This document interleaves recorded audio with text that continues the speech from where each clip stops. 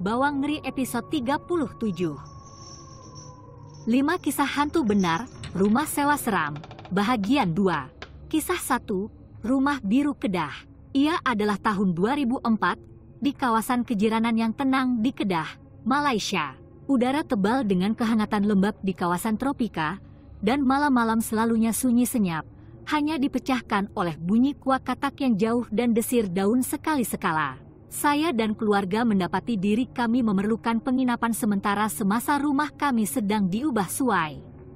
Kami hanya sepatutnya berada di sana selama 6 bulan, dan oleh itu, pencarian rumah sewa bermula. Kawan rapat saya, Su, menemani saya semasa kami memandu di sekitar kawasan kejiranan. Hari sudah lewat petang apabila kami melalui sebuah rumah yang menarik perhatian saya. Sebuah rumah besar berwarna biru tua yang kelihatan menyerlah di antara yang lain. Catnya telah pudar, hampir seolah-olah rumah itu sendiri telah berputus asa untuk menentang peredaran massa. Lumut tumbuh bertompok-tompok di dinding, memberikan pesona pelik yang tidak dapat saya gambarkan. Papan tanda tergantung longgar di pintu pagar, bergoyang ditiup angin, untuk disewa. Tengok rumah itu, kata Su sambil menunjuk. Ia kosong, dan ia boleh disewa. Nampak bagus, kan? Saya mengangguk, merasakan tarikan yang tidak dapat dijelaskan ke arahnya. Ada sesuatu tentang rumah itu, mungkin ia adalah balkoni yang besar dan berbumbung atau cara matahari petang memancarkan bayang-bayang panjang di halaman. Walau apapun, saya mendapati diri saya teruja untuk memberitahu ibu bapak saya mengenainya. Ibu dan ayah saya bersetuju untuk menyewa rumah itu. Seminggu kemudian, kami berpindah. Sebaik sahaja kami melangkah masuk, saya perasan perasaan aneh di udara, seperti kehadiran berat dan berlarutan yang melekat pada dinding.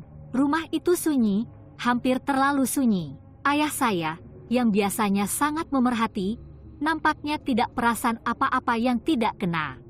Dia lebih mementingkan mencari tempat yang selesa untuk berbaring dan menonton televisyen, hobi kegemarannya. Beberapa hari pertama adalah lancar, tetapi terdapat arus bawah ketegangan yang tidak dapat saya goncang. Mungkin karena rumah itu terasa terlalu besar untuk kami berlima sahaja. Atau mungkin ia adalah cara bayang-bayang kelihatan meregang dan berpusing dengan cara yang luar biasa selepas matahari terbenam. Kemudian, pada minggu kedua, sesuatu berlaku yang akan mengubah segala-galanya. Pada suatu malam, lewat tengah malam, dan saya sedang duduk di meja belajar saya, bersiap untuk peperiksaan saya yang akan datang. Bilik saya bercahaya malap, satu-satunya sumber cahaya yang datang dari lampu kecil di atas meja saya. Bilik itu terasa sejuk, walaupun udara tropika yang hangat di luar. Saya mengerling cermin di atas meja saya, yang membolehkan saya melihat pintu di belakang saya. Semasa saya menconteng nota, saya tiba-tiba merasakan kesejukan menjalar di tulang belakang saya. Saya mengerling cermin dan terkaku. Berdiri betul-betul di belakang saya, dengan riak wajah yang serius, adalah ayah saya. Matanya terbuka luas, merenungku tajam. Jantungku berdebar-debar di dada sambil berpaling ke belakang, tetapi tiada sesiapa di situ. Aku terkebil-kebil, keliru dan terketar-ketar. Adakah saya membayangkannya? Saya berdiri, membuka kunci pintu saya, dan melangkah ke lorong. Ruang tamu hanya beberapa langkah sahaja, aku dapat melihat ayah sedang duduk di atas sofa sambil merenung kosong ke arah televisyen yang dimatikan. Abah. Saya memanggil perlahan. Dia tidak menjawab. Badannya kaku, matanya masih terbuka luas, tidak berkelip.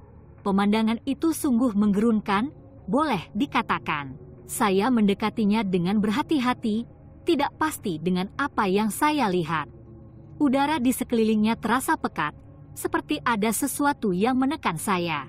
Aku menghulurkan tangan untuk menggoncangnya, tetapi dia tetap tidak bergerak, pandangannya tertancap pada skrin kosong.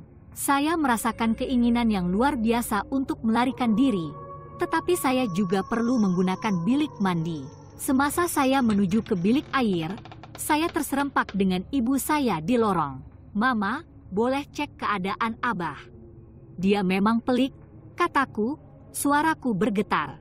Dia memandangku, dahinya berkerut tanda keliru. Apa yang awak cakap nih? Ayah Awak sudah berjam-jam di atas katil. Dia tidak sihat malam ini. Saya merasakan darah mengalir dari muka saya. Tapi dia ada di ruang tamu, bisik saya. Ibu merenungku seketika, kemudian cepat-cepat menuju ke ruang tamu. Aku mengekori dari belakang, jantungku berdegup kencang di dada. Tetapi apabila kami sampai di ruang tamu, ia kosong. Televisyen dimatikan dan sofa sejuk. Ibu menoleh ke arahku, riak wajahnya tegas. Berhenti bermain permainan. Pergi tidur. Aku mengangguk lemah dan bergegas kembali ke bilikku, mengunci pintu di belakangku. Malam itu, saya tidur dengan lampu menyala. Jantung saya berdegup kencang sehingga keletihan akhirnya menguasai saya. Keesokan paginya, saya coba mengelak peristiwa malam sebelumnya. Saya meyakinkan diri saya bahwa saya telah letih, bahwa pikiran saya telah mempermainkan saya. Ia adalah penjelasan yang rasional, dan saya berpegang padanya. Tetapi rumah itu mempunyai rancangan lain. Ia adalah awal pagi, dan saya sedang membantu ibu saya di dapur. Kami sedang mengupas bawang untuk gerai makan yang kami jalankan. Adik lelaki saya, Muhammad, sepatutnya berada di sekolah, tetapi semasa saya mengupas bawang, saya melihat dia berlari melalui dapur, melompat ke atas bakul bawang tanpa sebarang kata. Muhammad, hati-hati, Awak nampak tak apa yang saya buat cat sini. Aku menjerit mengejarnya, kesal dengan kecuaiannya. Ibu saya mendongak dari kerjanya, hairan. Apa yang Awak cakap nih? Muhammad di sekolah. Dia pergi awal pagi ini untuk latihan sukan. Tangan saya membeku di tengah-tengah mengelupas, dan saya merasakan ketakutan sejuk yang sama dari malam sebelumnya.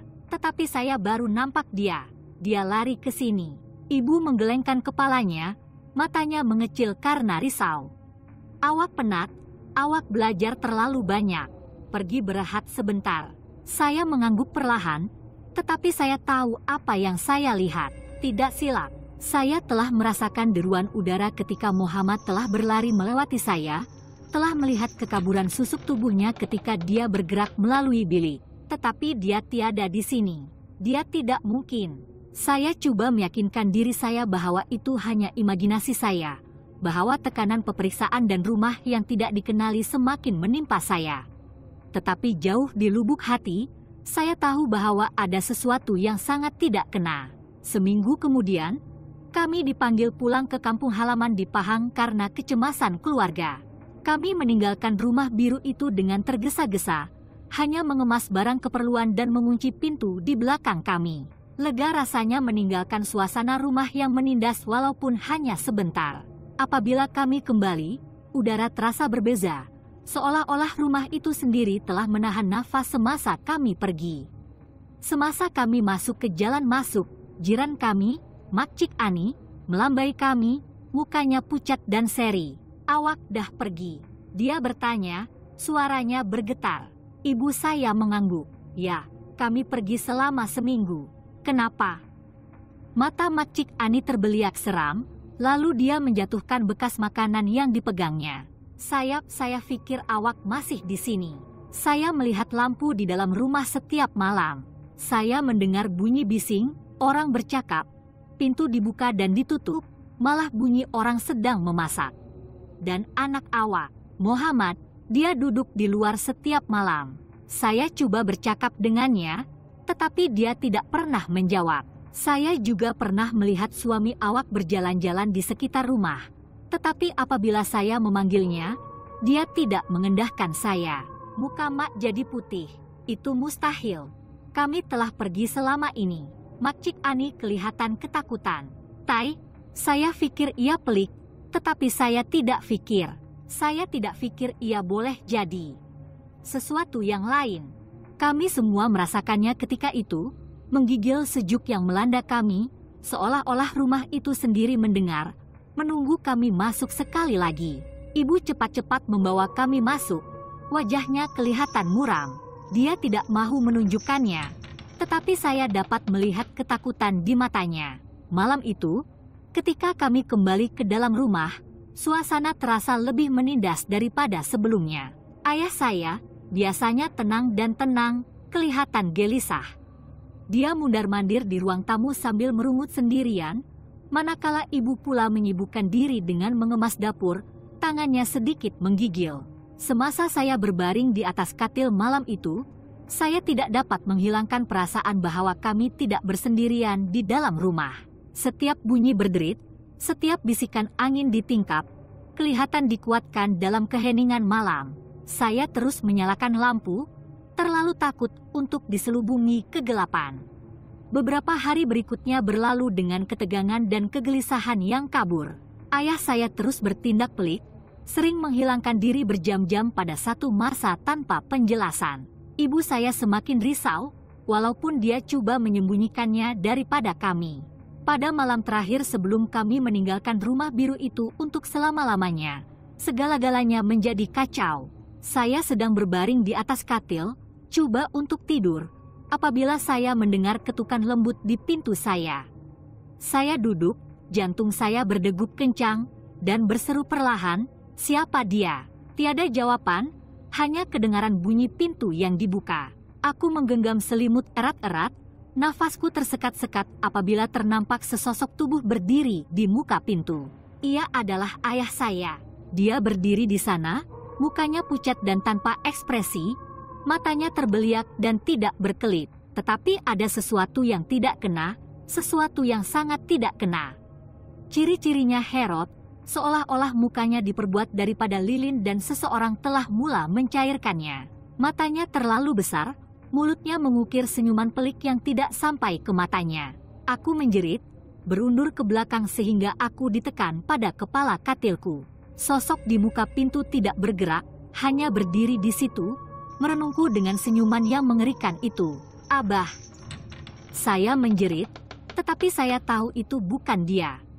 Apapun perkara ini, itu bukan ayah saya. Lampu di dalam bilik saya berkelip-kelip, mengeluarkan bayang-bayang aneh dan menari di dinding. Saya bergegas turun dari katil, menolak susuk tubuh itu dan berlari menyusuri lorong menuju ke bilik ibu bapak saya. Saya menceroboh pintu, menangis teresak-esak, dan mendapati ibu saya duduk di atas katil, memegang tangan ayah saya. Dia tertidur, nafasnya cetek dan susah payah.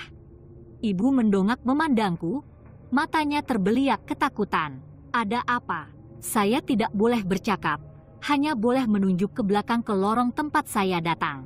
Ibu saya mengerutkan kening dan berdiri, berjalan melepasi saya untuk melihat apa yang saya tunjuk. Saya mengikutinya dengan teragak-agak, setiap saraf dalam badan saya menjerit kepada saya untuk berpatah balik, untuk melarikan diri. Apabila kami sampai ke bilik saya, pintu terbuka luas, cahaya masih berkelip-kelip. Tetapi angka itu telah tiada. Ibu menoleh ke arahku, mukanya pucat. "Awak ikut kami.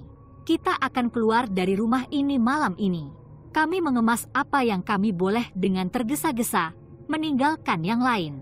Semasa kami memandu meninggalkan rumah biru itu, saya menoleh ke belakang untuk kali terakhir dan melihat sesosok tubuh berdiri di tingkap-tingkat atas, memerhatikan kami pergi. Kami tidak pernah kembali ke rumah biru. Kesehatan ayah saya bertambah teruk selepas kami pergi, dan dia meninggal dunia beberapa bulan kemudian. Ibu saya enggan bercakap tentang apa yang telah berlaku, dan kami berpindah ke rumah kami yang telah diubah suai dalam diam. Tidak sampai bertahun-tahun kemudian barulah saya mengetahui kebenarannya. Makcik Ani akhirnya menceritakan kepada ibu saya, menceritakan kisah penuh rumah biru itu. Rumah itu telah kosong selama 8 tahun sebelum kami berpindah, ditinggalkan oleh penghuni sebelumnya yang telah melarikan diri selepas hanya beberapa minggu. Setiap keluarga yang pernah tinggal di sana pernah mengalami kejadian yang aneh dan menakutkan, sosok-sosok yang diputar-belitkan pada waktu malam, suara-suara yang memanggil dalam kegelapan, dan perasaan diperhatikan. Tetapi ia bukan hanya rumah. Apa sahaja yang tinggal di sana telah mengikuti kami, melekat pada ayah saya. Ia telah mengambil image-nya, menggunakannya untuk menyeksa kita, untuk mencoba dan menghancurkan kita. Dan akhirnya, ia telah berjaya. Kami tidak pernah bercakap tentang rumah biru lagi. Ia kekal sebagai kenangan gelap, bayangan yang berlegar di tepi ninda kita. Tetapi saya tahu, jauh di lubuk hati, bahwa ia masih di luar sana, menunggu mangsa seterusnya. Cerita 2, Rakan Serumah. Ia adalah petang Jumat yang biasa di bandar yang sibuk, dan jalan-jalan hidup dengan bunyi hon kereta dan pejalan kaki yang berbual-bual. Saya baru pulang dari makan malam sekejap di kedai makan tempatan. Udara terasa sesak dengan bau makanan bergoreng dan bergema jauh dari sholat Isya, menandakan masuknya malam. Setibanya di rumah sewa, saya perasan betapa sunyinya tempat itu. Rumah yang saya kongsi dengan 5 pelajar lain, sunyi senyap. Biasanya, hujung minggu bermakna semua orang akan pulang ke rumah masing-masing, meninggalkan saya sendirian di rumah yang besar dan lama itu. Malam ini tidak berbeza, sekurang-kurangnya, itulah yang saya pikirkan. Rumah itu sendiri adalah peninggalan dari masa lalu, dengan lantai kayu berderit dan tingkap tinggi dan sempit yang bergegar dengan angin yang sedikit. Dindingnya dipenuhi dengan kertas dinding lama yang pudar yang kelihatan melengkung di tepinya, seolah-olah coba melarikan diri dari bebanan bertahun-tahun. Aku menolak pintu hadapan yang berat itu dan melangkah ke ruang tamu yang bercahaya malap. Satu-satunya cahaya datang dari lampu kecil di atas meja sisi, memancarkan bayang-bayang panjang yang berkelip-kelip di seluruh bilik. Semasa mata saya menyesuaikan diri dengan kegelapan, saya melihat rakan serumah saya, Men, berbaring di sofa, separuh tidur di hadapan TV. Lelaki, awak tidak pulang ke rumah? Saya bertanya, terkejut melihat dia di sana. Dia membalas dengan dengusan acuh tak acuh, hampir tidak bergerak dari tempatnya. Nanti, gumamnya, matanya masih tertumpu pada skrin TV. Aku mengangkat bahu, tidak berpikir panjang. Baiklah, nanti kita ambil makanan. Basikal saya rosak, jadi saya perlukan tunggangan. Ya, pasti. Dia bergumam, suaranya mengendap karena dia seolah-olah hanyut kembali ke dalam separuh lengannya. Saya naik ke tingkat atas ke bilik saya, memutuskan untuk menyegarkan diri sebelum kami keluar. Tangga kayu lama berderit di bawah berat saya, dan saya dapat mendengar gema samar tapak kaki saya melantun dari dinding kosong. Sesampai di bilik saya membersihkan diri dengan cepat, kemudian duduk di tepi tingkap untuk berbual dengan teman wanita saya melalui telepon. Angin petang yang sejuk menyaring melalui tingkap yang sedikit terbuka, menawarkan kerehatan singkat dari panas yang berlarutan. Semasa saya bercakap di telepon, saya mendengar bunyi khas grill pintu depan dibuka. Saya mengandaikan itu Men, akhirnya bangun untuk pergi. Lelaki, kamu hendak kemana? Saya memanggil dari tingkap, suara saya bergema menuruni tangga. Makan. Jawabnya, suaranya perlahan dan mendatar. Tunggu. Saya ikut awak, jeritku sambil bergegas menutup telepon.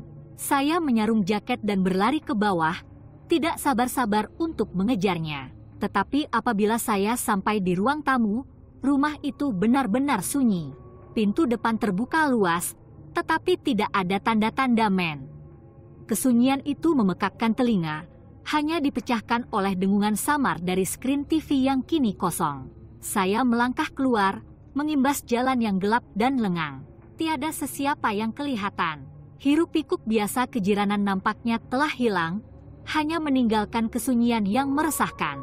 Saya mengutuk dalam nafas saya, kesal karena Men telah pergi tanpa saya. Saya memutuskan untuk berjalan ke kedai makan berhampiran, dengan harapan dapat mengejarnya di sana. Perjalanan berjalan lancar, walaupun kesunyian kejiranan terasa lebih menindas daripada biasa. Lampu-lampu jalan memancarkan bayang-bayang yang panjang dan menakutkan yang kelihatan membentang ke arah saya, dan saya tidak dapat menghilangkan perasaan bahwa saya sedang diperhatikan. Di kedai makan, saya tidak nampak Men. Saya coba menghubunginya, tetapi telepon saya tidak menunjukkan isyarat. Kecewa, saya menggigit cepat dan memutuskan untuk pulang ke rumah, masih marah karena ditinggalkan. Apabila saya pulang ke rumah, saya dapati pintu kaca gelongsor itu berkunci. Itu adalah ganjil. Tiada seorang pun daripada kami pernah mengunci pintu itu karena tuan rumah telah menyebut bahwa kunci itu telah lama hilang. Saya tidak paham bagaimana ia boleh dikunci dari dalam.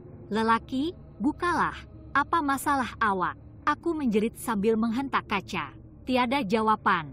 Rumah itu kekal gelap dan sunyi. Aku mengeluarkan teleponku semula, Coba menghubungi Men.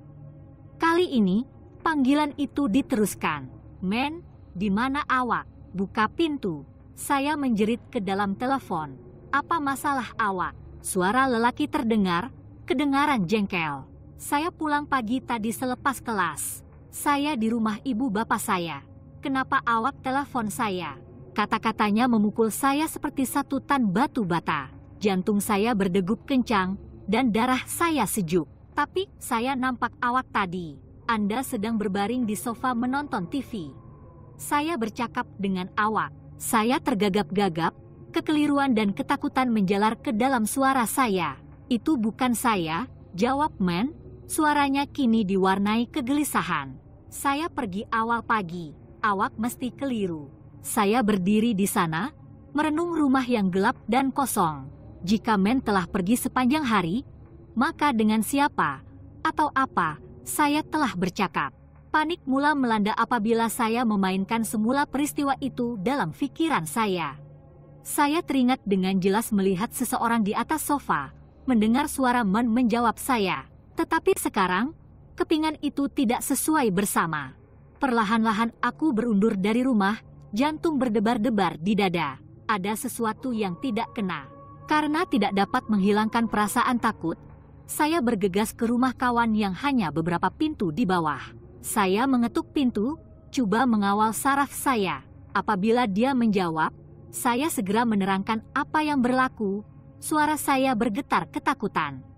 Dia mendengar, ekspresinya semakin serius dengan setiap perkataan. Kamu patut tinggal di sini malam ini. Rumah itu sudah lama. Perkara pelik berlaku di tempat seperti itu. Saya bersetuju, terlalu terkejut untuk kembali. Malam itu, saya berjaga di bilik tetamu kawan saya, merenung siling. Pikiran saya ligat, memainkan semula setiap butiran petang itu. Semakin saya memikirkannya, semakin saya yakin bahwa sesuatu yang jahat sedang bermain. Pagi tiba, tetapi rasa tidak senang itu tidak meninggalkan saya. Saya memutuskan untuk menghadapi situasi itu secara langsung. Lagipun, saya tidak boleh mengelak dari rumah itu selama-lamanya. Dengan kawan saya yang menemani saya pulang ke rumah sewa. Kami berjalan di atas jalan masuk, dan saya perasan sesuatu yang aneh. Pintu gelangsar, yang telah dikunci malam sebelumnya, kini terbuka sedikit. Tirai berkibar ditiup angin, dan rasa sejuk menjalar di tulang belakang saya. Kami memasuki rumah dengan berhati-hati, setiap bunyi papan lantai bergema dalam kesunyian. Ruang tamu itu betul-betul seperti yang saya tinggalkan, tetapi udara terasa tebal, menindas, seolah-olah rumah itu sendiri menahan nafas. Saya dan rakan saya memeriksa setiap bilik, tetapi tiada apa-apa yang tidak kena pada tempatnya. Segala-galanya adalah seperti yang kita telah meninggalkannya, kecuali satu perkara. Tingkap yang sebelum ini ditutup rapat, kini terbuka. Setiap satu daripada mereka. Apa kejadahnya? Rakan saya bergumam, suaranya hampir tidak melebihi bisikan. Kami memeriksa tingkap, tetapi tidak ada tanda-tanda untuk masuk secara paksa. Seolah-olah mereka telah membuka sendiri. Semasa kami berdiri di ruang tamu, coba memahami apa yang sedang berlaku, kami mendengar bunyi dari tingkat atas, ketukan yang samar-samar berirama, seperti seseorang mengetuk-ngetuk jari mereka di atas permukaan kayu. Kami bertukar pandangan gugup dan perlahan-lahan menaiki tangga. Ketukan semakin kuat apabila kami menghampiri tingkat 2. Hatiku tercegat di kerongkong, dan tanganku terketar-ketar apabila mencapai pemegang pintu bilikku. Pintu berderit terbuka, menampakkan bilik saya seperti yang saya telah meninggalkannya. Bunyi ketukan berhenti secara tiba-tiba. Rakan saya melangkah di belakang saya, dan kami berdua terkaku. Di atas meja saya, terdapat sebuah kotak kayu kecil yang tidak pernah saya lihat sebelum ini. Ia sudah lama, dengan ukiran yang rumit pada tudungnya, dan kelihatan tidak pada tempatnya di dalam bilik yang biasa-biasa saja. Dari mana asalnya? Rakan saya bertanya, suaranya hampir tidak melebihi bisikan. Saya tidak tahu, jawab saya. Mendekati kotak itu, aku teragak-agak seketika sebelum menghulurkan tangan untuk membukanya. Tudungnya berkeriut apabila diangkat, menampakkan koleksi gambar lama yang kekuningan. Saya mengambil satu, tangan saya menggigil. Gambar itu adalah sekumpulan orang tersenyum ke arah kamera, tetapi wajah mereka kabur, hampir seolah-olah mereka bergerak terlalu laju untuk ditangkap oleh kamera. Saya membelek-belek gambar yang lain, setiap satu lebih mengganggu daripada yang terakhir. Terdapat image rumah itu, diambil dari sudut yang kelihatan mustahil, seperti seseorang berdiri di dalam dinding, memerhatikan kami. Saya menjatuhkan gambar-gambar itu, perut saya memulas dengan loya. Ini tidak betul. Kita perlu keluar dari sini. Kawan saya tidak membantah. Kami berundur keluar dari bilik, meninggalkan kotak dan kandungannya. Apabila kami sampai ke puncak tangga, ketukan bermula lagi, kali ini lebih kuat, datang dari dalam dinding.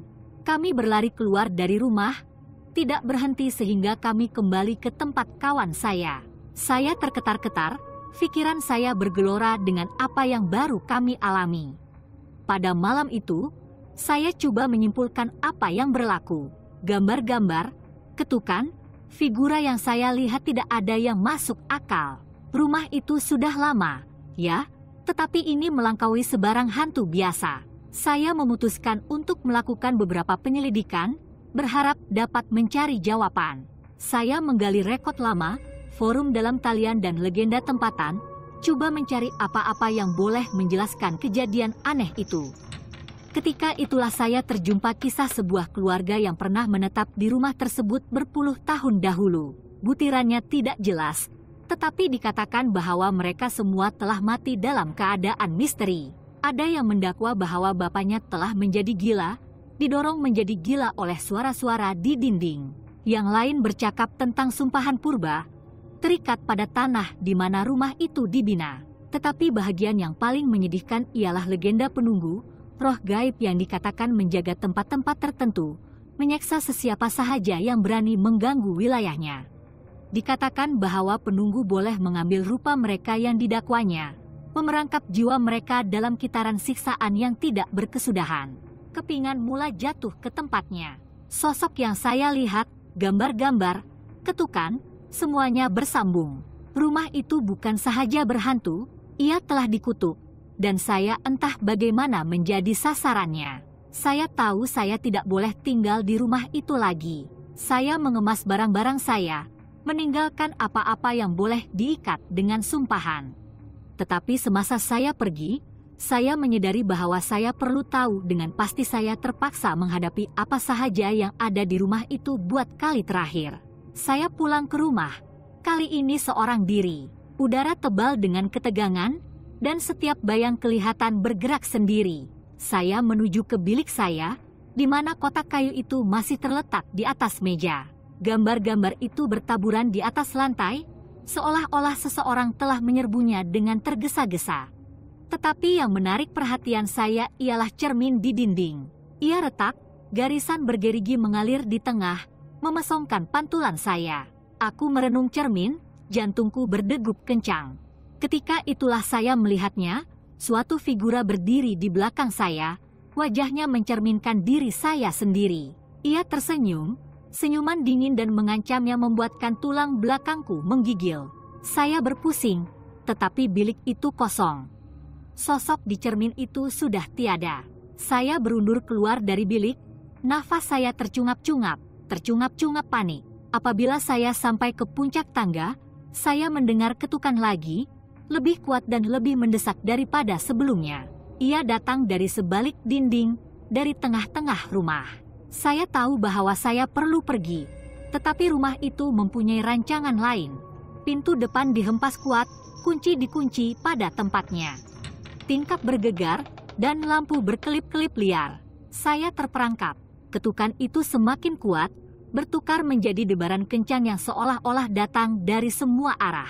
Dinding bergegar, dan saya dapat merasakan papan lantai bergeser di bawah kaki saya. Terdesak, saya berlari ke pintu belakang, tetapi ia juga berkunci. Saya dikelilingi, rumah itu menutup saya, seolah-olah ia hidup, bertekad untuk mengekalkan saya di sana. Dan kemudian, semuanya diam. Debar berhenti, lampu stabil, dan rumah menjadi senyap.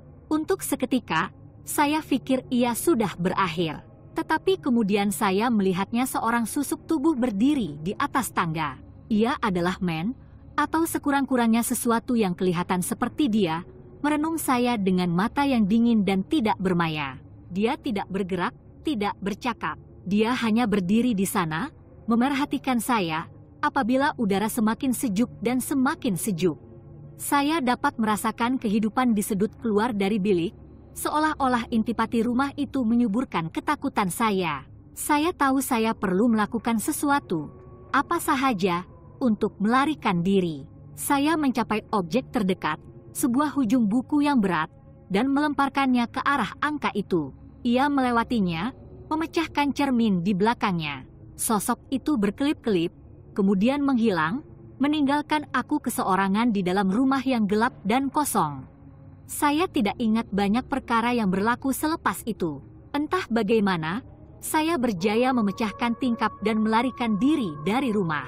Saya berlari sepanjang malam, tidak berhenti sehingga saya jauh dari tempat terkutuk itu. Saya tidak pernah kembali. Saya berpindah keesokan harinya, meninggalkan segala-galanya. Rumah itu akhirnya dijual, tetapi saya tidak pernah mengetahui apa yang berlaku kepadanya atau kepada penyewa baru. Tetapi saya tidak dapat menghilangkan perasaan bahwa ia belum berakhir. Rumah, figura, torehan mereka masih menghantui impian saya.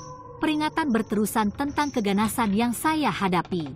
Dan kadang-kadang, pada lewat malam, apabila dunia sunyi, saya mendengarnya sekali lagi, ketukan yang samar-samar berirama, seperti seseorang yang mengetuk-ngetuk jari mereka di atas permukaan kayu. Ia adalah bunyi yang akan kekal bersama saya selama-lamanya, peringatan bahwa sesetengah tempat lebih baik dibiarkan bersendirian dan sesetengah roh tidak pernah benar-benar tenang.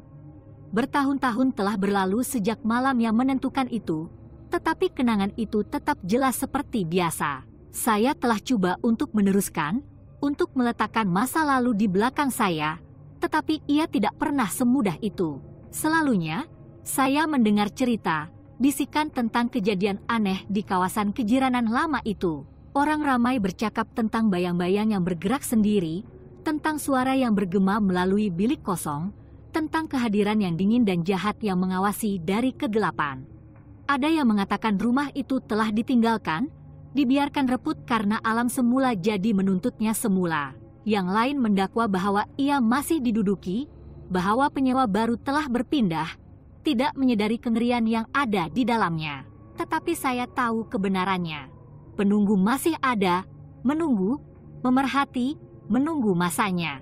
Ia hanya menunggu masa sebelum ia menemui mangsa baru, orang lain untuk terperangkap dalam kitaran siksaan yang tidak berkesudahan. Dan apabila itu berlaku, saya akan bersedia. Saya akan menunggu, mendengar ketukan biasa itu, mengetahui bahwa mimpi ngeri itu masih jauh dari berakhir. Untuk sesetengah perkara tidak boleh dilupakan, dan beberapa tempat tidak boleh dielakkan. Cerita 3, Gema Langkah Berbayang. Malam telah menyinari Kuala Lumpur, menjadikan kota itu dalam selubung kegelapan yang tebal. Di sebuah apartemen yang sederhana, terletak di tengah-tengah kesibukan bandar, perasaan tidak senang berlarutan di udara. Pangsapuri itu kecil tetapi selesa, rumah sementara untuk seorang wanita muda bernama Nur. Suaminya baru-baru ini mengambil pekerjaan baru di seberang selat, meninggalkan dia sendirian dengan 2 anak kecil mereka. Ibunya, yang datang dari Kuching untuk membantu perpindahan yang akan datang ke Miri, tinggal bersama mereka selama beberapa minggu. Malam-malam Nur adalah rutin, membasuh pakaian, mengemas, dan mengawasi anak-anak ketika mereka tertidur. Malam ini, ketika jam berdetik menghampiri pukul 9, dia mendapati dirinya berada di tengah-tengah tugas biasa, mengesot antara ruang tamu dan mesin basuh. TV dihidupkan, memainkan beberapa rancangan yang boleh dilupakan, cahayanya yang berkelip-kelip memancarkan bayang-bayang panjang di seluruh bilik. Ibunya, pernah menjadi burung hantu malam, berada di dalam bilik tetamu, sibuk menjahit di bawah cahaya yang malap. Ketika Nur berdiri di ruang tamu, perhatiannya terbelah antara TV dan tugas-tugasnya. Tiba-tiba dia merasakan kehadiran seseorang di sebelahnya. Dia dapat merasakan kehadiran ibunya yang tidak asing lagi, gemerisik lembut pakaiannya, bau samar melati yang sentiasa melekat padanya. Tanpa menoleh langsung, Nur melihat susuk tubuh ibunya di pinggiran penglihatannya, berdiri diam di sebelahnya. Pikiran terlintas di pikirannya, keinginan untuk bergurau dengan ibunya tentang kekurangan rancangan menarik di TV. Tetapi sesuatu menghalangnya. Dia masih diam, matanya terpaku pada screen, jantungnya mula berdebar di dada. Udara di sekelilingnya kelihatan semakin berat, tebal dengan ketegangan yang tidak kelihatan. Kemudian, tanpa sebarang kata, susuk tubuh itu bergerak melepasinya dan masuk ke dalam bilik tidur Nur. Seketika Nur berdiri terkaku, alat kawalan jauh terlepas dari genggamannya dan berderai ke lantai. Sejuk pelik menjalar di tulang belakangnya, selsema yang meresap ke dalam tulangnya. Mesin jahit ibunya berdengung perlahan dari bilik lain, bunyi jauh yang kini terasa jauh. Nur menepis rasa tidak senang dan merasionalkan keadaan. Mungkin ibunya sedang memeriksa anak-anak, pikirnya. Walaupun aneh, dia akan menggunakan bilik air di bilik Nur apabila ada seorang lagi yang lebih dekat dengannya. Namun, dia meyakinkan dirinya bahwa ia bukan sesuatu yang luar biasa. Dia teragak-agak di ambang bilik tidurnya, pintu terbuka sedikit. Bilik itu gelap, satu-satunya cahaya yang datang dari lorong di belakangnya. Dia mencapai dan menjentik lampu, mentol pendar fluor berkelip-kelip untuk hidup dengan dengung samar. Katil disiapkan kemas, mainan kanak-kanak berselerak dalam keadaan kucar-kacir seperti biasa, namun tiada kelibat ibunya. Nafas Nur tersekat di kerongkong ketika melintasi biliknya menuju ke bilik air. Dia menolak pintu, separuh mengharapkan ibunya masuk ke dalam. Tetapi bilik air itu kosong, udaranya sunyi dan sejuk. Cermin di atas sinki memantulkan wajahnya yang pucat dan terbeliak, pandangan keliru dan ketakutan terukir pada wajahnya. Dia menutup lampu dan berjalan kembali ke bilik ibunya, langkahnya semakin laju apabila rasa gerun semakin bertambah. Dia mendapati ibunya betul-betul di mana dia berada tadi, membongkok di atas mesin jahitnya, bunyi jarum yang berirama berbeza dengan kesunyian di seluruh apartemen. "Mak, baru masuk bilik saya?" tanya Nur, suaranya sedikit bergetar. Ibunya mendongak, heran. "Tidak. Saya telah berada di sini sepanjang masa.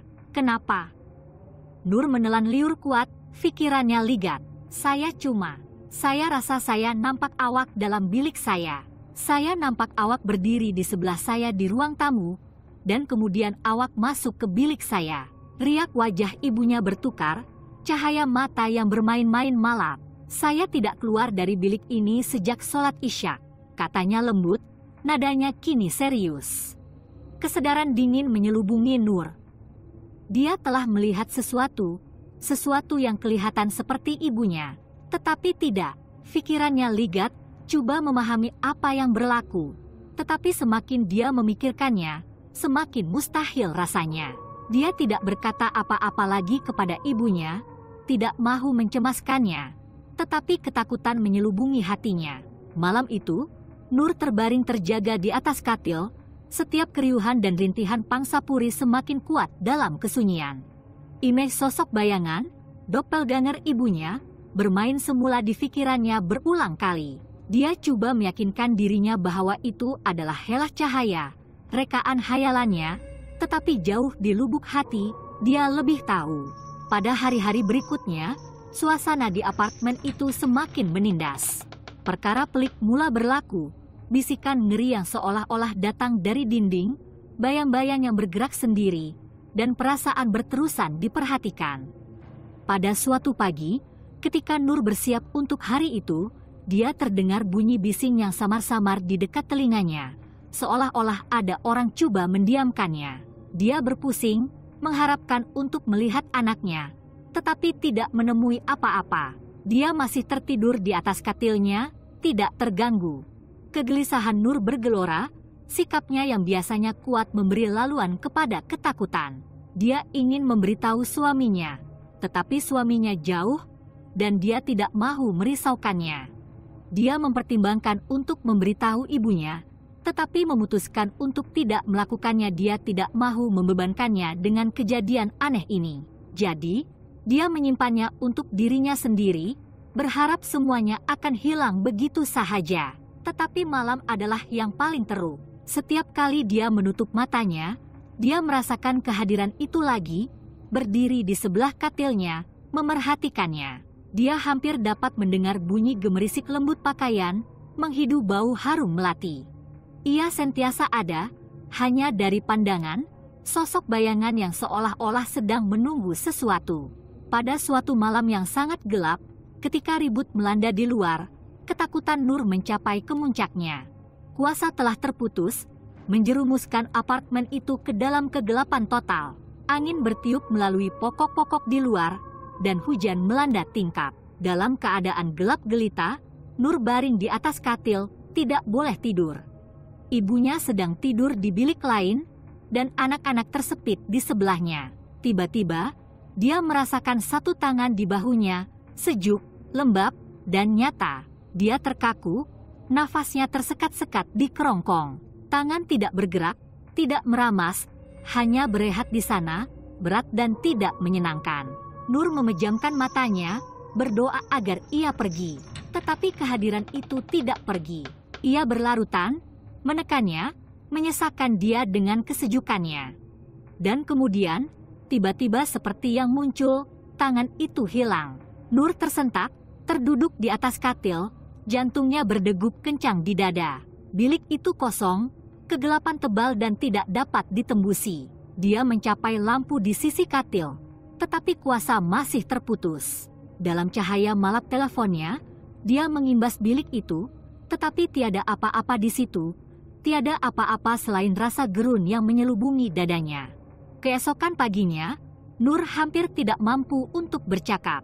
Dia melalui gerakan harinya, pikirannya di tempat lain, dihantui oleh peristiwa malam sebelumnya. Dia tahu dia tidak boleh tinggal di apartemen itu lagi. Apa sahaja yang menghantuinya tidak akan pergi dengan sendirinya.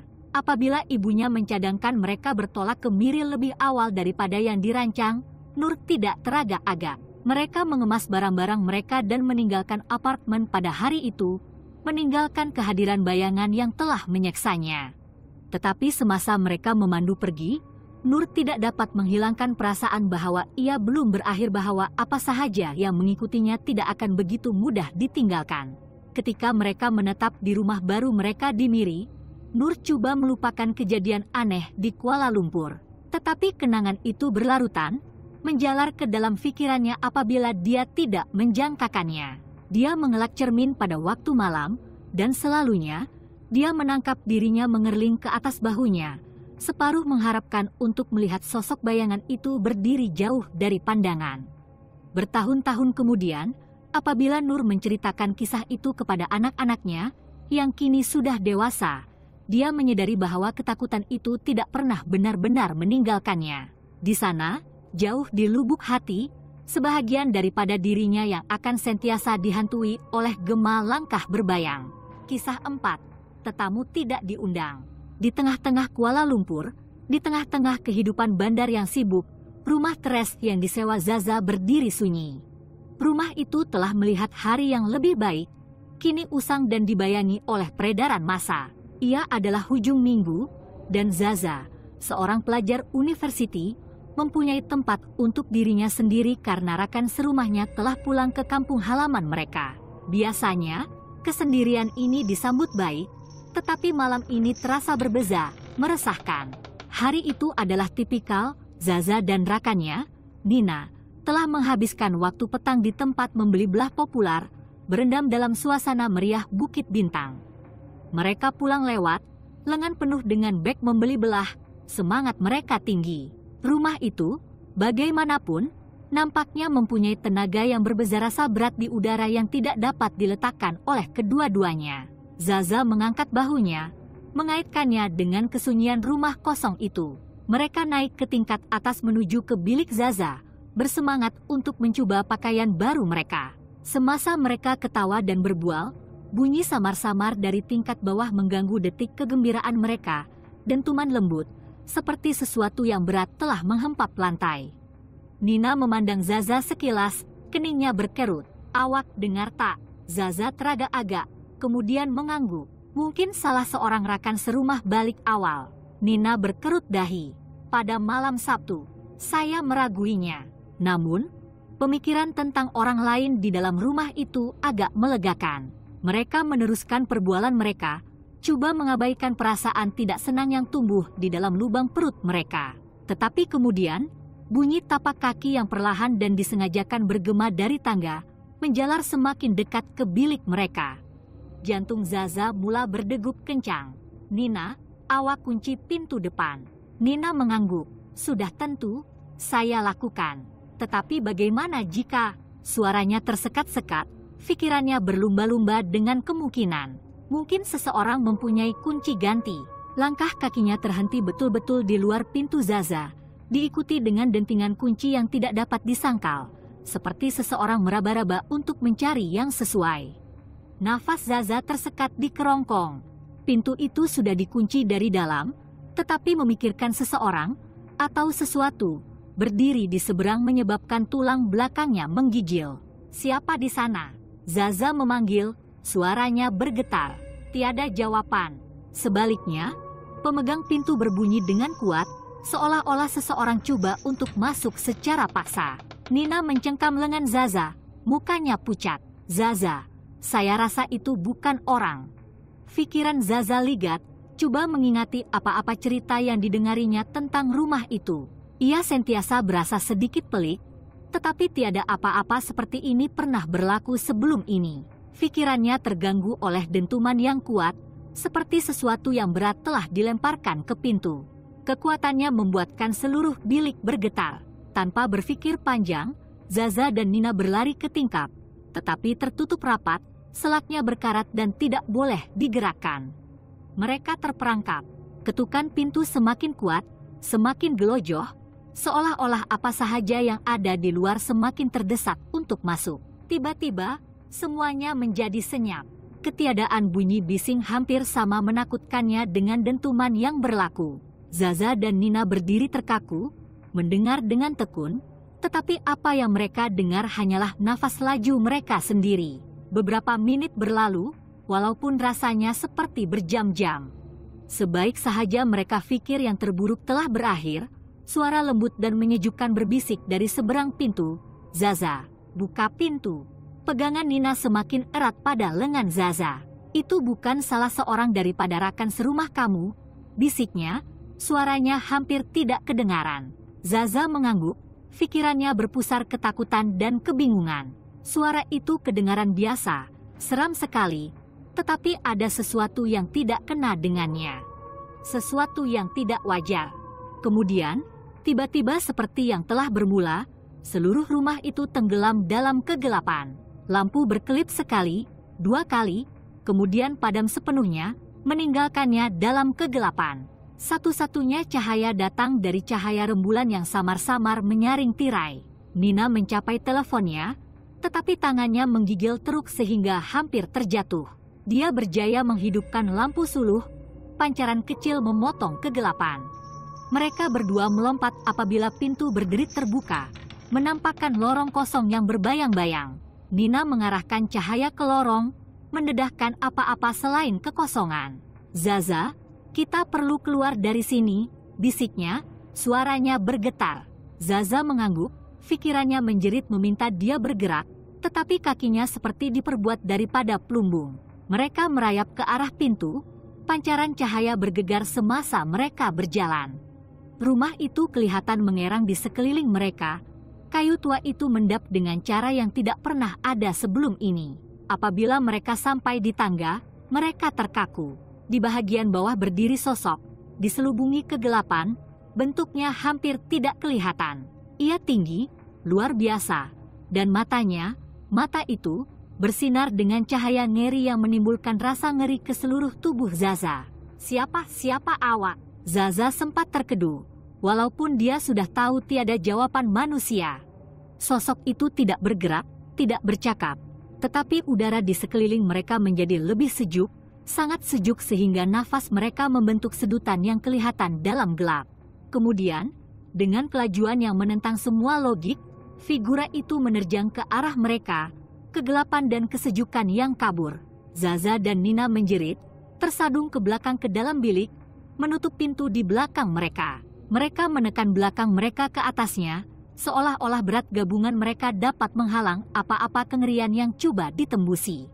Hentakan itu bersambung semula, lebih kuat dan pantas kali ini, seolah-olah entiti itu marah karena mereka telah melarikan diri. Dinding bergegar dengan setiap hentaman, udara tebal dengan bau busuk dan reput. "Zaza, apa yang kita buat?" Suara Nina hampir tidak berbisik, matanya terbeliak ketakutan. Zaza tidak mempunyai jawaban. Pikirannya ligat, coba memikirkan sesuatu. Apa sahaja yang boleh membantu mereka. Kemudian, di tengah-tengah kekacauan itu, dia teringat sesuatu yang pernah neneknya beritahu tentang roh, bagaimana mereka sering tertarik kepada sesuatu, seseorang, dan bagaimana mereka boleh dihalau jika Anda memutuskan hubungan. Tetapi apa kaitannya di sini? Mengapa semangat ini menghantui mereka? Tiba-tiba, ia mengenainya. Bek beli belah. Terdahulu, di salah sebuah pasar jalanan, Zaza telah membeli cermin lama yang berhias. Sesuatu mengenainya telah menarik perhatiannya, sesuatu yang tidak dapat dia jelaskan. Ia hanya perhiasan murah, rasa ingin tahu. Tetapi kini dia tertanya-tanya sama ada ia lebih daripada itu. "Nina, cermin itu." Zaza menjerit atas bunyi itu. "Ia ada dalam beg, buang."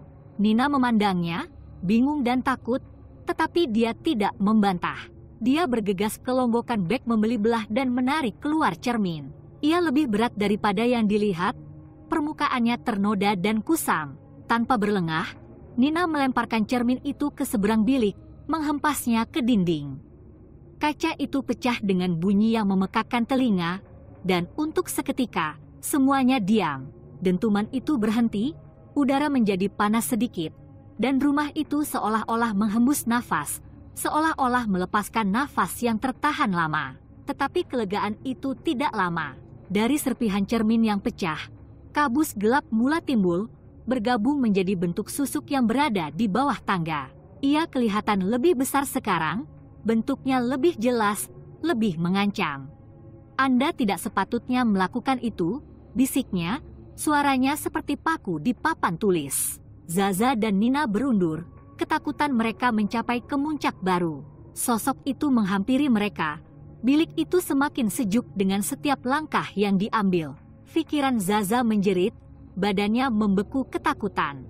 Tidak ada pelarian, tiada tempat untuk lari. Apabila angka itu menghulurkan tangan, suhu menjunam lebih jauh. Zaza dapat melihat nafasnya di udara, badannya menggeletar tidak dapat dikawal.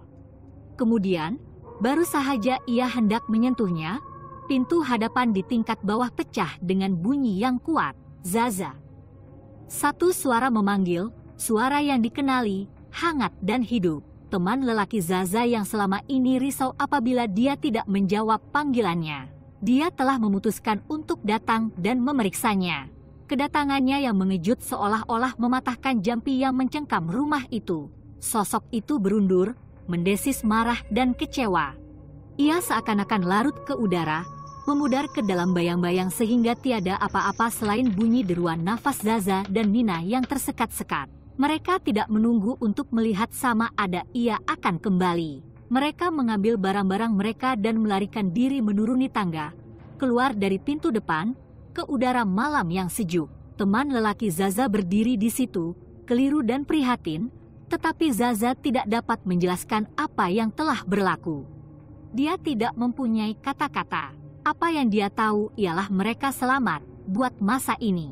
Tetapi semasa mereka memandu meninggalkan rumah, Zaza tidak dapat menghilangkan perasaan bahwa ia belum berakhir. Bahwa apa sahaja yang berada di rumah itu masih memerhati, masih menunggu.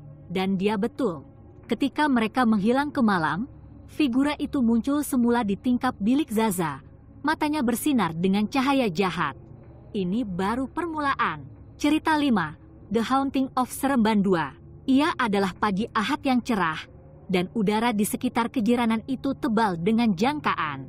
Rumah baharu di Seremban 2 sepatutnya menjadi permulaan baharu bagi Adi dan rakan-rakannya. Tempat mereka boleh membina kenangan dan melarikan diri daripada tekanan kehidupan kota. Tetapi rumah itu, dengan bahagian luarnya yang kelihatan biasa, menyimpan rahasia yang jauh lebih gelap daripada yang mereka bayangkan. Mereka hampir tidak selesa apabila perkara aneh mula berlaku. Adi bersama rakan-rakan zaman kanak-kanaknya, Kamal dan Fikri, sudah seminggu menetap di situ. Rumah itu luas, dengan halaman yang luas sesuai untuk barbeku hujung minggu, dan sewanya sangat berpatutan. Ia seolah-olah mimpi menjadi kenyataan, sehingga ia tidak menjadi kenyataan. Pagi itu, mereka memutuskan untuk bersarapan di luar sambil menikmati angin sejuk. Nasi lemak yang dibeli dari gerai berdekatan memang sedap, tetapi ada rasa tidak senang yang tidak dapat digoncang oleh sesiapapun. Walaupun matahari cerah, rumah di belakang mereka kelihatan dengan kehadiran yang tidak menyenangkan, tingkapnya gelap dan firasat. Mereka tidak dapat menjelaskannya, tetapi tiada seorang pun daripada mereka mau masuk semula ke dalam. Adi terus mengerling ke arah rumah itu, merasakan ketakutan yang tidak dapat dijelaskan menggigit ususnya. "Adakah kamu juga merasakannya?" Dia bertanya, suaranya perlahan. Kamal mengangguk, gelagatnya yang biasanya ceria mereda. "Ya, ia seperti ada sesuatu yang tidak kena." Fikri yang selalu skeptik mencemuh. "Kamu berdua keterlaluan. Ia hanya sebuah rumah.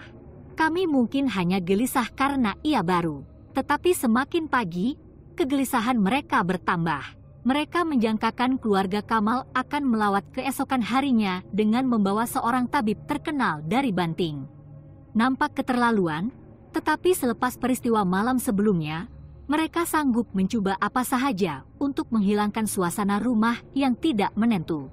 Malam sebelumnya adalah satu kengerian yang amat sangat. Mereka telah mendengar bisikan dalam gelap, bunyi yang bukan milik rumah yang begitu baru. Pintu berdiri terbuka dengan sendirinya, bayang-bayang bergerak tanpa sumber, dan tempat sejuk di lorong semakin sejuk mengikut sejam. Tetapi yang terburuk masih belum datang.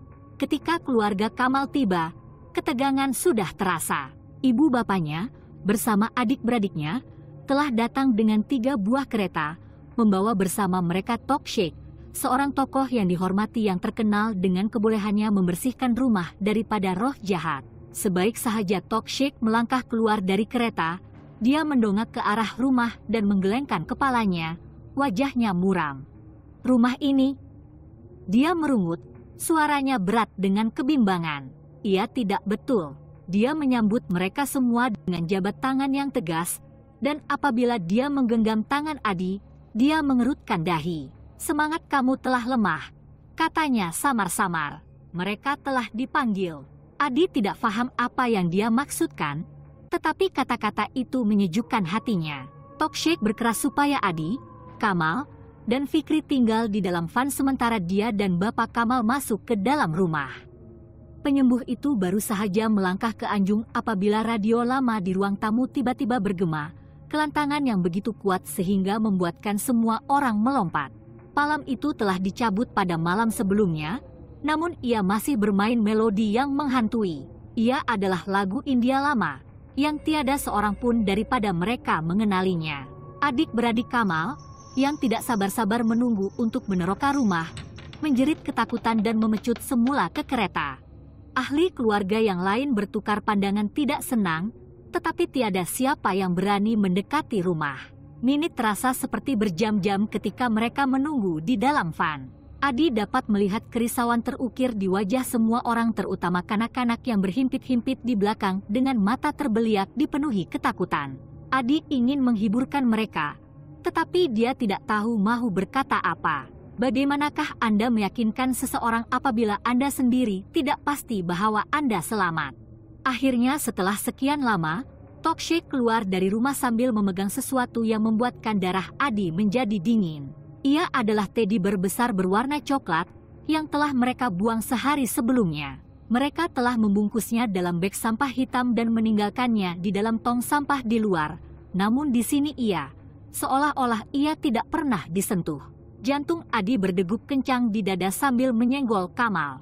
"Lihat," bisiknya sambil menunjuk ke arah beruang itu. Kamal merenung, mukanya pucat. "Itu mustahil," gumamnya. "Kami membuangnya." Rasa ingin tahu dan takut menyelubungi mereka sambil berlari ke tong sampah. Kamal mengoyakkan beg yang mereka tinggalkan, hanya untuk mendapati ia dipenuhi dengan batu bata dan pakaian kotor, barang-barang yang tidak pernah mereka letakkan di situ. Udara di sekeliling mereka kelihatan menebal dengan rasa firasat ketika mereka bertukar pandangan ngeri. Tokshek menghampiri mereka, riak wajahnya tegas. Anda tidak sepatutnya menyimpan ini di dalam rumah. Dia memarahi, suaranya bercampur dengan kemarahan. Beruang ini dikutuk. Ia adalah sauh yang membolehkan roh-roh menjelma. Hari semakin berlalu, dan Tokshek melakukan upacara pembersihan, menyiram garam dan air suci di sekeliling rumah, menggumamkan doa dalam nafasnya. Keluarga Kamal membawa masuk makanan dari restoran berhampiran, dan mereka mengadakan jamuan kecil, dengan harapan dapat mengangkat suasana yang menindas. Seketika, rumah itu terasa lebih ringan, ketegangan semakin reda apabila matahari mula terbenam. Tetapi malam itu, ketika hujan turun dan angin bertiup di luar, kengerian sebenar rumah itu terserlah. Ia adalah malam Hamis, dan ribut di luar tidak menunjukkan tanda-tanda untuk berhenti. Rumah itu sunyi senyap, berbeza sekali dengan kekacauan beberapa hari lalu. Ibu bapak Kamal, yang tinggal di belakang untuk memastikan semuanya benar-benar selamat, duduk bersama kanak-kanak lelaki di ruang tamu. Cahaya lampu berkelip-kelip memancarkan bayang-bayang panjang di dinding. Walaupun tenang, Adi tidak dapat menghilangkan perasaan ada sesuatu yang tidak kena.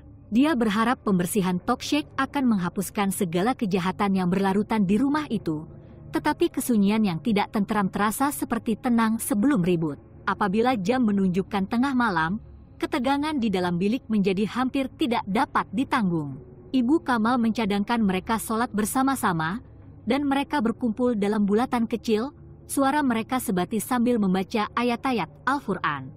Tetapi ketika mereka bermula, bunyi dentuman kuat meletus dari pintu belakang. Bunyi itu bergema di seluruh rumah. Semua orang terkaku, kata-kata mati di kerongkong mereka. Hentakan itu berterusan, semakin kuat, dan kemudian mereka mendengarnya, bunyi air yang mencurah-curah dari bilik air, seolah-olah pipe dibiarkan mengalir dengan letupan penuh. Adi yang pertama bergerak, jantungnya berdegup kencang sambil berlari ke dapur. Pemandangan yang menyambutnya adalah mustahil. Pipe Sinki dihidupkan, air mencurah-curah tanpa terkawal, walaupun dia tidak menyentuhnya. Dia menghulurkan tangan untuk mematikannya, tetapi pipe itu tidak berganjak. "Tolong saya," dia memanggil, dan Kamal dan Fikri meluru ke sisinya. Bersama-sama, mereka berjaya menutup pipe, tetapi sebaik sahaja mereka melakukannya, air mula mengalir dari pipe bilik mandi. "Ini rumah," kata Bapak Kamal, suaranya bergetar. Ia marah. Mereka tiada pilihan selain memutuskan bekalan air dari suis utama di luar. Tetapi ketika mereka melakukannya, elektrik di rumah mula berkelip, lampu berkelip dan mati, kipas siling berpusing tanpa kawalan, dan radio, masih dicabut, mula memainkan melodi yang menghantui itu sekali lagi. Panik berlaku ketika mereka berkumpul di ruang tamu, coba memahami kegilaan itu. Kanak-kanak, terlalu takut untuk bercakap, berpaut kepada ibu bapa mereka. Mata mereka terbeliak ketakutan. Adi merasakan peluh sejuk keluar di dahinya apabila menyadari keadaan semakin tidak terkawal. Dan kemudian, apabila mereka pikir ia tidak boleh menjadi lebih teruk, bau busuk memenuhi udara. Ibu Kamal yang pergi memeriksa periuk nasi, menjerit ngeri. Adi berlari ke sisinya dan melihatnya, periuk nasi itu dipenuhi dengan sesuatu yang membuatkan perutnya berkeroncong. Seketul najis, mengukus dan busuk, duduk di atas nasi yang baru dimasak. Adi tersedak dan tersadung ke belakang, hampir tidak sampai di luar sebelum dia muntah. Yang lain mengikut, muka mereka dipintal kebencian dan ketakutan. Mereka berkumpul di luar dalam hujan lebat, terlalu takut untuk masuk semula ke dalam rumah. "Kita perlu pergi," kata ayah Kamal, suaranya bergetar. "Tempat ini terkutuk, tetapi pergi bukan pilihan. Tuan Tanah telah menjelaskan bahwa mereka akan kehilangan deposit mereka jika mereka melanggar pajakan, dan mereka tidak mampu kehilangan uang itu. Mereka terperangkap dalam mimpi ngeri tanpa jalan keluar. Pada malam itu, mereka tidur di dalam kereta, pintu dikunci dan tingkap retak terbuka hanya cukup untuk membiarkan udara masuk. Hujan lebat di atas bumbung, dan angin melolong, Tetapi mereka terlalu letih untuk peduli. Mereka hanya mahu malam itu berakhir. Keesokan paginya, mereka terjaga dengan bunyi kicauan burung, ribut akhirnya berlalu. Adi merasakan secebis harapan ketika matahari terbit, sinarnya menerobos kegelapan malam sebelumnya. Mungkin, hanya mungkin, yang terburuk telah berakhir. Tetapi apabila mereka masuk semula ke dalam rumah, mereka disambut dengan rasa takut yang amat sangat. Udaranya tebal dan berat, dinding kelihatan menutupnya, dan bau busuk itu, samar tetapi tidak dapat disangkal, masih berlarutan. Ayah Kamal membuat keputusan. Kami akan pergi hari ini, dia mengumumkan, tegas suaranya. Kami akan bercakap dengan tuan tanah dan menyelesaikan masalah kemudian, tetapi kami tidak boleh tinggal di sini lagi. Mereka mengemas barang-barang mereka dalam masa yang singkat, memasukkan pakaian dan barangan pribadi ke dalam beg, tidak sabar-sabar untuk bebas daripada cengkaman jahat rumah itu. Tetapi ketika mereka membuat persiapan terakhir untuk pergi, kengerian sebenar rumah itu diketahui. Ia bermula dengan bau asap yang samar-samar. Pada mulanya, mereka menganggap itu hanya imajinasi mereka, rasa takut yang tertinggal dari malam sebelumnya. Tetapi kemudian penggerak asap berbunyi, dan mereka menyadari dengan semakin panik bahwa rumah itu terbakar. Kebakaran bermula di dapur, di mana teddy bear terkutuk itu telah diletakkan selepas pembersihan. Api meraung hidup, memakan beruang itu dan merebak dengan cepat, seolah-olah rumah itu sendiri bertekad untuk menghalang mereka daripada pergi. Mereka bergegas untuk keluar, tetapi api merebak lebih cepat daripada yang mereka boleh bergerak. Bahannya sangat panas, asap menyesakkan, dan bunyi api yang bergemuruh dan menderu memenuhi udara. Adi hampir tidak dapat melihat melalui asap tebal, tetapi dia berjaya meraih tangan Kamal, menariknya ke arah pintu depan. Mereka pecah di luar sebaik bomba tiba, siren berbunyi. Anggota bomba bertindak pantas, memadamkan api dan mengawal kebakaran sebelum merebak ke rumah jiran. Tetapi kerusakan telah berlaku. Rumah itu musnah, runtuhan hangus dan berasap. Ketika mereka berdiri di jalan masuk, melihat anggota bomba memadamkan api terakhir, Adi tidak dapat menahan rasa lega yang pelik. Rumah itu hilang, bersama dengan apa jua kejahatan yang menghantui mereka.